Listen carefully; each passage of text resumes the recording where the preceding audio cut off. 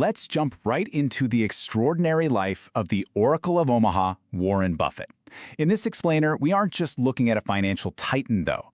We're about to explore a literal masterclass in psychology, discipline, and human behavior. So, let's dive right in and deconstruct the blueprint of one of history's absolute greatest wealth builders.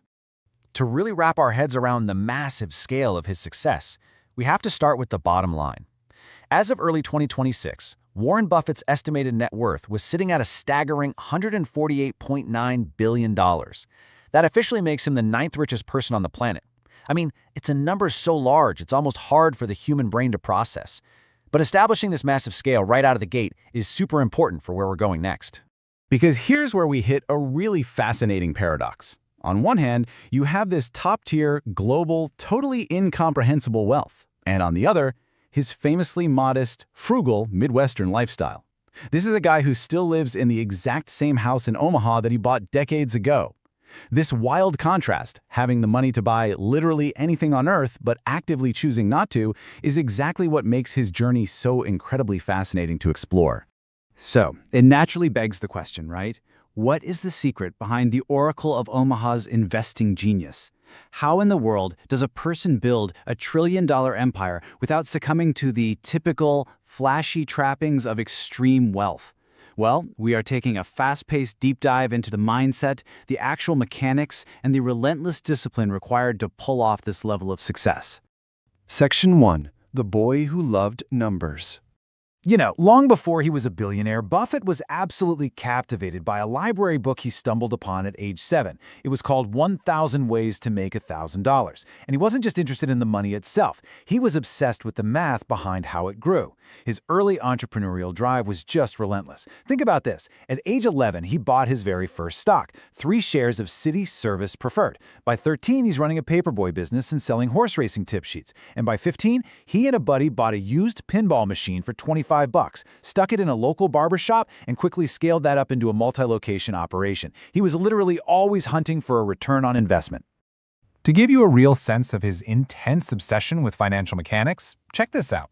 At just 13 years old, when he filed his very first tax return, he claimed a $35 tax deduction. And what was it for? His paper route bicycle. I mean, at an age when most of us are just trying to survive middle school, he was already out there optimizing his tax liabilities.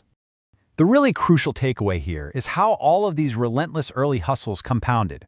By the time he graduated college at age 20, Buffett had amassed nearly $10,000 in personal savings just from these childhood businesses. That was a massive sum for a young guy back then, and it really emphasizes to all of us that massive, empire-level wealth actually starts with consistent, small-scale discipline. Section 2. Discovering value investing.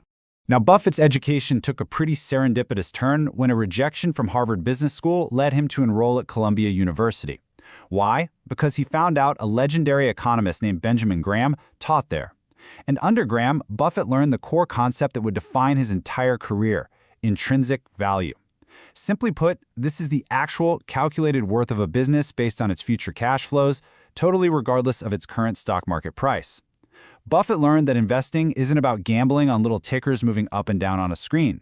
It's about calculating the true long-term worth of a real-world business and buying it for less than that. Initially, Buffett deployed what Graham famously called the cigar butt approach. This basically meant buying a cheap, ugly, struggling company that had at least one good puff left in it for a quick profit. Think of it like finding a discarded cigar butt on the street. Sure, it's disgusting, but hey, it's free and you get one last puff out of it. This strategy gave him a really wide margin of safety, and it served as a crucial stepping stone in his early evolution as an investor. Section 3. Building the Berkshire Empire. So in the early 1960s, using that exact cigar butt strategy, Buffett started buying up shares in a struggling Massachusetts textile mill. And it is highly ironic that this failing mill, a company called Berkshire Hathaway, which he bought at just $7.60 a share, would eventually become his trillion-dollar conglomerate. He actually admitted later on that the textile business itself was his worst trade ever. But he brilliantly used the cash streams from that failing business to pivot aggressively into the insurance sector and from there into buying much, much better businesses. Over time, he entirely shifted his acquisition focus away from those cigar butts and moved toward companies with highly durable competitive advantages.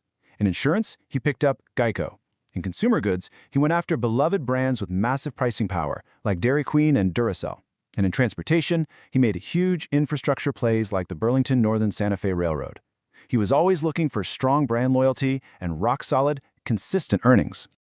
But we really have to ask ourselves, how does a struggling textile mill actually transform into a global conglomerate? What's the real engine behind this kind of growth? Because it definitely isn't just about reading spreadsheets or calculating cash flows. To understand the true engine of Berkshire Hathaway, we have to pivot away from the raw financial mechanics and look at something much, much deeper. Section 4. The Psychology of Wealth.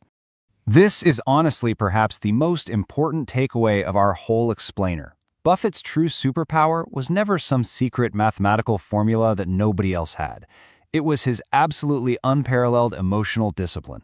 And nothing captures that mindset quite like his most famous rule: be fearful when others are greedy, and greedy when others are fearful. He understood really early on that true generational wealth is built by remaining perfectly objective, calm, and detached when the rest of the market is throwing an absolute hysterical fit. And the beauty of these mental frameworks is that they are incredibly actionable for us. Rule number 1, never lose money, which just means you have to protect your capital fiercely. Next is the realization that temperament is actually way more important than IQ when it comes to investing. You have to maintain strict emotional control, and you absolutely must commit to holding your investments long term. He famously said once that if you aren't willing to own a stock for 10 years, don't even think about owning it for 10 minutes. These are powerful tools of patience that any of us can start applying right away. Section 5. The Ultimate Legacy. So here is the dramatic plot twist in his later life. For decades, Buffett was known for aggressively hoarding and compounding capital. But ultimately, he completely flipped the script.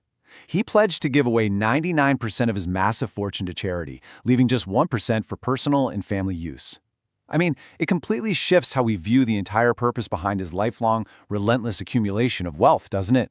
And this isn't just some empty promise for the distant future either. The reality is staggering right now. Based on the data in our sources, he has already donated over $60 billion. Just let that number sink in for a second. Over $60 billion given away, primarily to the Bill and Melinda Gates Foundation, as well as to charitable funds managed by his own children. But he didn't stop at his own fortune. By partnering with Bill and Melinda Gates to create the Giving Pledge, he essentially scaled his philanthropic impact globally. He did this by challenging other billionaires to do the exact same thing, to publicly commit to donating at least half of their own massive fortunes to charitable causes. Talk about a ripple effect. Which brings us to the end of our explainer, leaving us with one really powerful question to ponder. What truly makes someone wealthy? We've just traced the incredible journey of a little paperboy who was obsessed with counting pennies, who grew into a financial titan, and who ultimately decided to give almost all of it away. It really forces us to ask ourselves what the true purpose of capital actually is. Thank you so much for joining me to explore the fascinating mechanics and mindset behind Warren Buffett. Keep questioning, keep learning, and I'll catch you in the next explainer.